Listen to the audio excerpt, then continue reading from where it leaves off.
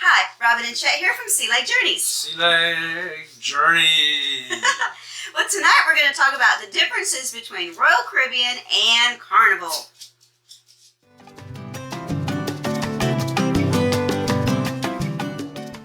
So tonight we're going to talk about the difference between Royal Caribbean and Carnival. And we've got some different points that we're going to be making. We're going to talk about the difference of the buffets. We're going to talk about the difference of the shows. We're going to talk about the difference of the steakhouses, the main dining room, the customer service, room service, the general atmosphere, the adult-only areas, the deck stewards, and our last but not least, our handicap accessible areas. Do we have any expertise in any of those areas? We're going to first talk about the differences of the buffet. We're going to cover differences and similarities. Yes, differences and similarities. There's more similarities than there are differences, but there are some of both. First off, I got to start with the similarity, though. Okay. They both got a lot of food. You cannot go hungry on either ship, a Royal Caribbean or a Carnival. I can tell you that right now. If you go hungry on a cruise ship, you didn't leave your room. So Carnival, we believe these are our opinions. Very subjective, okay? It's just our opinion. It doesn't make it right or wrong. You may have a different opinion, and that's okay. And we do apologize that the boys tonight are back here with a squeaky toy, so that's what the squeaky toy sound is. So if we're not interesting, maybe the squeaky toys from the dogs will be. But if we are interesting, how about giving us a thumbs up? So, even if we're not interesting, how about giving us a thumbs up? So we believe that Carnival has a larger selection of foods on their buffet than Royal Caribbean has. Royal Caribbean, we did have one problem at their buffet, I guess we got to talk about, that we've never had a problem with on a Carnival ship. Yeah. And we went up there to get a hamburger, and I want to try to make this long story short. I asked for a hamburger, they put a patty on our plate. We was like, okay, could we get a bun too? So they put a bun on our plate. How about some lettuce and onions? Lettuce, onions, and in between all this, they'd wander off. And it took like 3 minutes and 4 guys to get off the components of a hamburger on our plate. Buffet servers on Carnival are far more attentive than Royal Caribbean. Royal Caribbean buffet is more of mashed potatoes and basic meats. Carnival has more beverage selections at the buffet than Royal Caribbean seems to have. Hey, let's talk about the shows now. We're going to talk about one similarity. They both got great shows. Both of them. Awesome shows. Great talent. Oh, yeah. I don't know how anyone can dance on a cruise ship the way these dancers dance on a cruise ship. I can't even sing on a cruise ship, so much less dance. But we have seen some great entertainment. We've seen some great singers, some great dancers, some great musicians on both Carnival and Royal Caribbean. And that's where the separation comes in, though. One of the differences is Royal Caribbean has a few more things that Carnival doesn't have. Right. With the ice skating show, like we saw. Wow, that was awesome. Where else can you see an ice skating show? And the aqua divers. You won't find that on a Carnival cruise ship. You'll only find that on Royal Caribbean. But Carnival has the Punchliner Comedy Club, which is a great comedy club. And you can have different comedians, and they typically do 2 shows a night. One is a rated G show, the other one's a rated R show. Musically, musical talent, they're both pretty even. No matter where you go, you got some good music. Now moving on to the steakhouse. I'm going to let Chet do most of the steakhouse because he's the one that is our meat lover in the family. Steakhouse, to me, if they were of equal price, I would pick the Carnival. The steaks were both good, but I like the Carnival a little bit better. So just on pricing, overall flavor, and service, we got to give the edge to Carnival on this. Sorry, Royal Caribbean. We'll give you another opportunity someday, but right now, Carnival's in the lead. The main dining room. Now, the main dining room is one of my favorite places. I love eating in the main dining room for lunch and dinner both. And breakfast. And breakfast. I will eat at the buffet when that's my only option. Now, the main difference to me, and I know this may sound petty to some people, but that's okay. It's me. I love the fact that tablecloths are still in the main dining room for breakfast, lunch, and dinner on Royal Caribbean. Where unfortunately Carnival has went over to what they call the American style, and they no longer have tablecloths on the table for breakfast and lunch, and the tablecloth is only on the table for formal night, as well as the silverware and and the glasses that are on the table. Royal Caribbean has kept the traditional servings of that, where you have the salad fork and the dinner fork, and Carnival has moved over to more of the home style. You just have a fork, a knife, and a spoon. If you say, what's the big deal with the tablecloth?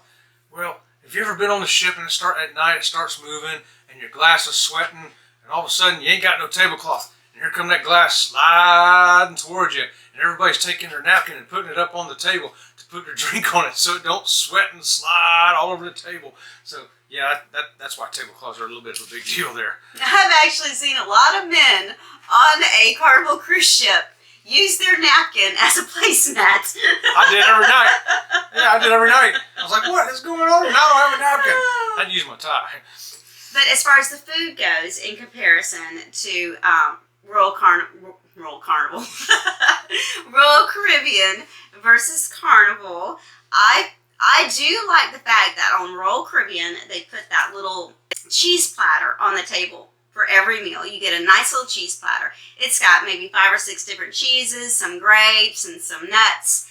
I do like that. So there's some things about Royal that's better, and some things about Carnival's better. Hey, let's talk about some room service up in here now. Room service. Well, I love me some room service because I'm kind of lazy.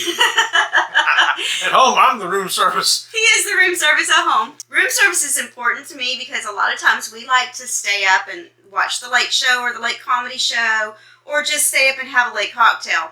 Well, I really need something on my stomach before I lay down. So I like French fries, and he likes chocolate chip cookies. And for breakfast, a lot of times we will order coffee while we're getting dressed for dinner, or a light snack while we're getting dressed for dinner, especially on a formal night where I'm having to do my hair and everything. So I think that although both of them have somewhat of a free room service, because nowadays, where it used to be totally free room service, they do have items on the room service that do have a charge to them. I think that my vote goes to Carnival because of the variety of free options on their room service, as well as the hours that they have of delivery for the room service. Yep, I'm all about that. I mean, back in the day, we remember when room service was 24 hours a day, 7 days a week, and you could get anything you wanted. Well, we know that's no longer the same. The world doesn't stay the same. It continues to change. All right, we're on to customer service. We'll talk briefly about the service desk and around the ship. Customer service desk on both ships, we've noticed, is always a long line.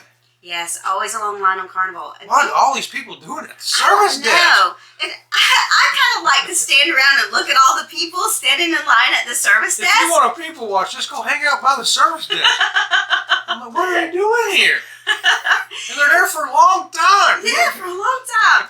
Now, this is what we have found with the difference between Royal Caribbean's customer service and Carnival's customer service. Carnival is more in line to want to please the passenger.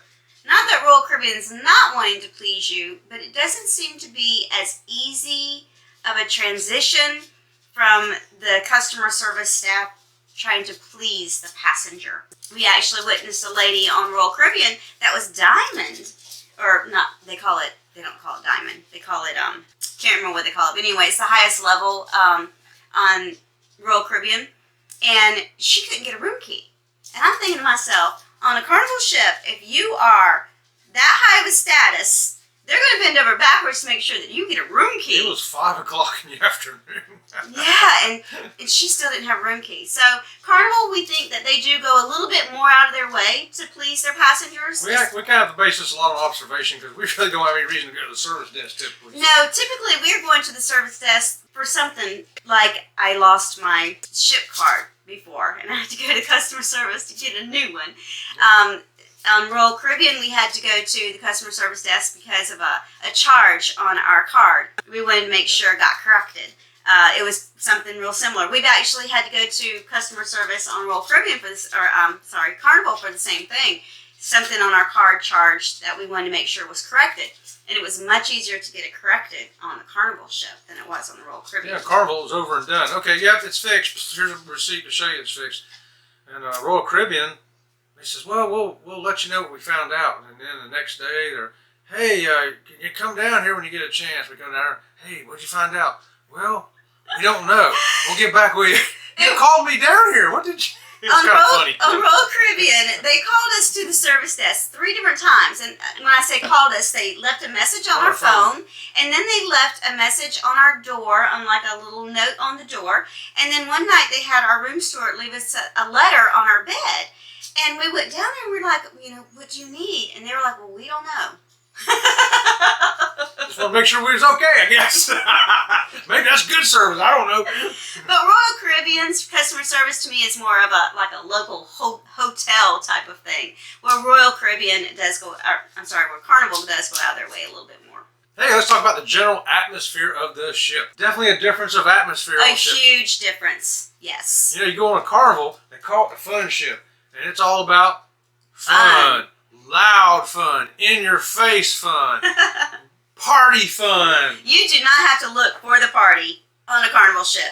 The party will find you. Because there's probably a conga line right in front of you. Where Royal Caribbean is far more family-oriented. They don't have a lot of those loud deck parties. It's catered more towards the family atmosphere.